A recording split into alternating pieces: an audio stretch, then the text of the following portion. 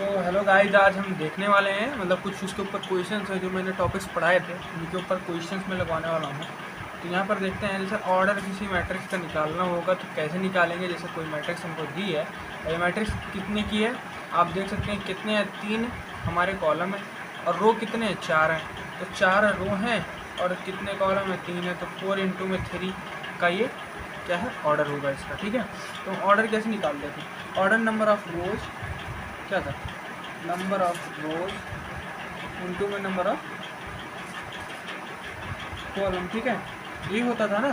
तो अब कितने हैं यहाँ पर रोज, कॉलम कितने हैं, कॉलम 3 है और यहाँ है नंबर ऑफ रोज कितने हैं 4 हैं, तो 4 गुणे 3 ये हमारा क्या हो गया, ये हमारा ऑर्डर हो गया। ठीक है, आपको ऑर्डर समझ में आ गया होगा। 4 इंटू 3 यानी कि 4 इंटू 3 का ये क्या है मैट्रिक्स है। तो नंबर ऑफ एलिमेंट्स कितने हो गए, एलिमेंट्स क्या है जो हमारे ऑर्डर जो भी हमने निकाला है उसको पूरी तरीके से गुणा करा दीजिए। तो 4 गुणे 3 है, कितना हो गया ये 12। कितने एलिमेंट्स हो गए, 12 एलिमेंट्स हो गए। ठीक है, ये हो गए। और तीसरा क्वेश्चन क्या कह रहा है, तीसरे क्वेश्चन में कह रहा है इस जगह पे कौन कौन सी वैल्यू है। तो इसको कैसे दिखाते हैं, तो पहले देखने के लिए हम क्या करते थे, क्या पहले देखते हैं कौन सा रो पूछ रहा है 1 3 A1 3 यानी कि पहला रो तीसरा कॉलम। ठीक है, तो पहला रो ये है, तीसरा कॉलम क्या है ये है। तो तीसरे कॉलम पे पहले रो में कौन सा है 19 है ना, 19 रखेंगे। फिर क्या है A21 है, तो पहले वो क्या है रो का संख्या है। तो दूसरा रो, ये दूसरा रो, इसमें कौन सा पहला यानी कि 35 हो जाएगा। ठीक है, अब ये खोजना है क्या है A33 कह रहा है। ठीक है, A33 यानी कि क्या तीसरा रो तीसरा कॉलम, तीसरा रो तीसरा कॉलम यानी कि कितना हो गया -5 हो गए। ठीक है, अब क्या कर रहे हैं दूसरा क्वेश्चन पे, और एक क्वेश्चन कर रहे हैं क्या A21 कह रहा है क्या A22 कह रहा होगा। तो A22 को देख लेते हैं, क्या A22 कह रहा है। ठीक है, A22 में क्या कह रहा है दूसरा रो दूसरा कॉलम। ठीक है, दूसरा रो दूसरा कॉलम ना, तो देखते हैं नहीं A24 इसमें कह रहा है। तो क्या दूसरा रो चौथा कॉलम, तो दूसरा रो चौथा कॉलम, चौथा कॉलम में दूसरे रो में कौन सा है 12 है, क्या 12 है। ठीक है, अब अगर आपसे पूछा फिर उसके बाद क्या करा, एक क्वेश्चन और हमारे पास A23 ये निकालना है। तो 2 3 पहले देखो, पहले दूसरा कॉलम कह रहा है, पहले दूसरा कॉलम है कौन सा एलिमेंट है, तीसरा कॉलम पे एलिमेंट है, दूसरा रो है, दूसरा रो तीसरा कॉलम, तीसरे कॉलम में कौन सा है 5/2 है, क्या है 5/2। ये आपका आंसर आएगा। ये पूरी इसका इस क्वेश्चन का ऐसे ही आंसर निकालेंगे, बहुत ही आसान तरीके से इसको लगाया जाता है। ठीक है, तो आगे की तरफ चलते हैं, दूसरे क्वेश्चन की तरफ। तो हमारे पास दूसरा क्वेश्चन क्या है, दूसरा क्वेश्चन कह रहा है कि अगर एक मैट्रिक्स के पास कितने एलिमेंट है 24 एलिमेंट है, तो उनको कितने ऑर्डर में हम, कितने पॉसिबल ऑर्डर हैं ना। तो देखो भैया 24 है, तो 24 का क्या करते हैं गुणनखंड करते हैं, गुणनखंड यानी कि फैक्टर। फैक्टर आप लोग निकालना जानते होंगे। तो फैक्टर क्या है, फैक्टर होता है कि ये किससे किससे गुणा हो सकता है। ये फैक्टर 1 इंटू मतलब 1 को 24 से, या तो ये हो सकता है, या फिर क्या हो सकता है 12 हो सकता है, या फिर कितना हो सकता है 3 गुणे 8 हो सकता है, या कितना होता है 4 गुणे 6 हो सकता है, या क्या हो सकता है वही रिपीट कर दो आप 6 गुणे 4 हो सकता है।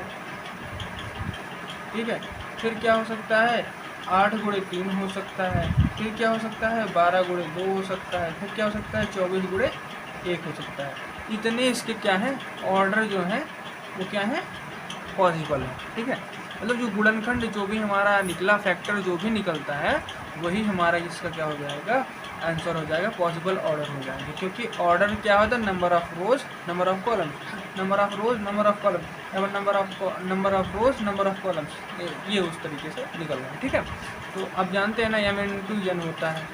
ठीक है, यही हमारा ऑर्डर होता है। तो यही ऑर्डर हम इसी तरीके से रिप्रेजेंट कर सकते हैं, 24 एलिमेंट आएंगे इसमें। ठीक है, तो देखते हैं फिर आगे की तरफ क्या है। क्वेश्चन कह रहा है कि 13 एलिमेंट हैं अगर, तो वो कितने तरीके से उनको हम मतलब कितने ऑर्डर हो सकते हैं उसके। तो उसके 2 तरीके रिप्रेजेंट कर सकते हैं ऑर्डर को, क्या है या तो 1 गुणे 13 होगा, या क्या होगा 13 गुणे 1 होगा। इसके अलावा इसका कोई ऑर्डर नहीं होगा, ठीक है। बस ये दूसरा क्वेश्चन ऐसा है। तीसरा क्वेश्चन आपका इसी टाइप का है, बुक में एनसीईआरटी में आप देखेंगे। तीसरा क्वेश्चन सेम इसी तरीके से है, तो इसको आप इसी तरीके से लगा सकते हैं। तो चलो तीसरे की तरफ चलते हैं। तीसरा क्वेश्चन क्या कह रहा है, कोई 2x2 की मैट्रिक्स है, उसको हमको क्या कंस्ट्रक्ट करना है। तो देखते हैं ए आई जे बराबर क्या दिया है, आई प्लस जे का स्क्वायर बाई 2। तो पहले देखते हैं इसको क्या करेंगे, पहले निकालेंगे ए आई जे। आई और जे की जगह हम 1 1 रख देते हैं, 1 1 रख देते हैं। मतलब आई बराबर 1 और जे बराबर 1, ठीक है। ए 1 1 निकालते हैं, क्या आएगा 1 + 1 का स्क्वायर यानी कि 2 का स्क्वायर, 1 + 1 का स्क्वायर बाई 2 कितना हो गया, ये 2 आया आंसर आपका, ठीक है। फिर A12 देखते हैं, A12 कैसे निकलेगा। और 2x2 का मैट्रिक्स है, 2x2 का एलिमेंट्स क्या क्या होते हैं भैया, 2x2 में देखो क्या A11 A12 A21 A22 यही एलिमेंट्स होंगे ना। इन एलिमेंट्स को हमको निकालना है, ठीक है। A12 निकाल रहे हैं। अब क्या है, आई की जगह क्या है 1 है, पर रो की जगह क्या, जे की जगह क्या है 2 है। इनका स्क्वायर क्या कितना आया, 3 का स्क्वायर बटा 2 यानी कि 9 बटा 2 है आपका, ठीक है। अब A21 निकालते हैं। A21 में वैल्यू भी वही आएगी, यहाँ पर 2 + 1 होगा, इसका स्क्वायर बाई 2, ये कितना आया 9/2, ठीक है। अब क्या करते हैं A22 को निकालते हैं। A22 अब यहाँ पर क्या रखना है 2 रखना है, तो 2 + 2 का स्क्वायर बटा में 2 कितना हुआ, ये 4 का स्क्वायर यानी 16 बटा 2 यानी कितना हुआ 8 आ गया आंसर आपका, ठीक है। तो ये आए। अब आपको यहाँ पर क्या करना है, इसे पुट कर देना है, इसी मैट्रिक्स में पुट कर दो। A11 की जगह हमको क्या मिला 2 मिला, यहाँ A12 की जगह हमको क्या मिला 9/2 मिला, यहाँ A21 की जगह क्या मिला 9/2 मिला, यहाँ पर कितना मिला 8 मिला। ये आपका मैट्रिक्स बन गया। पहले वाले का मैट्रिक्स इस तरीके से बना, दूसरे वाले का आप इसी तरीके से निकाल सकते हैं। दूसरा वाला आपको मैं होमवर्क में दे रहा हूँ, ठीक है। आगे चलते हैं, तो आगे की तरफ चलते हैं। जैसे कुछ क्वेश्चन में दिखा रहा हूँ आपको, तो ये इनको कैसे पता करेंगे कि भैया हमारा क्या है, कोई ऐसे दे दिया इसमें x y z की वैल्यू निकालने को दे दिया, तो कैसे निकालोगे। तो मैं ये दूसरा वाला लगा दे रहा हूँ, आप पहला वाला लगाकर दिखाइएगा, ठीक है। तो देखते हैं कैसे आता है वैल्यू, ठीक है। तो भैया वो इसमें क्या होता है, क्या लिखा है x + y + z, x + z y + z। ये एक मैट्रिक्स है जो इस मैट्रिक्स के बराबर है 9 5 और 7। ये हमने क्या बताया था, हमने बताया था जब भी दो मैट्रिक्स इक्वल होंगी तो उनके कॉरस्पॉन्डिंग एलिमेंट जो होंगे, सामने के एलिमेंट जो होंगे वो इक्वल होंगे। तो सामने के एलिमेंट यानी x + y + z, इसके सामने कौन सा है 9 है, ये इक्वल हो जाएंगे, ठीक है। x + z, इसके सामने एलिमेंट कौन सा है 5 है, इक्वल हो जाएंगे। y + z, इसके सामने कौन सा एलिमेंट है 7, ये इक्वल हो जाएंगे, ठीक है। तो अब यहाँ वैल्यू निकालना है।